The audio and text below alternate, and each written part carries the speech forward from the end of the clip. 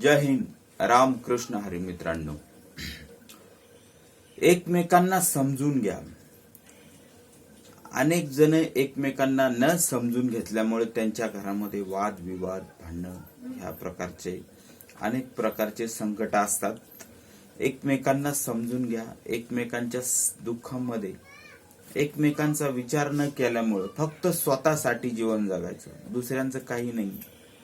स्वार्थी जीवन जगण्यामुळं कित्येकांना आपल्या जीवनामध्ये दुःख भोगावं लागतंय आणि त्यांनी त्यांच्या स्वार्थापायी दुसऱ्यांना पण अडचणीमध्ये टाकलेलं आहे. मित्रांनो, तर एकमेकांना समजून घेण्याचा प्रयत्न करा.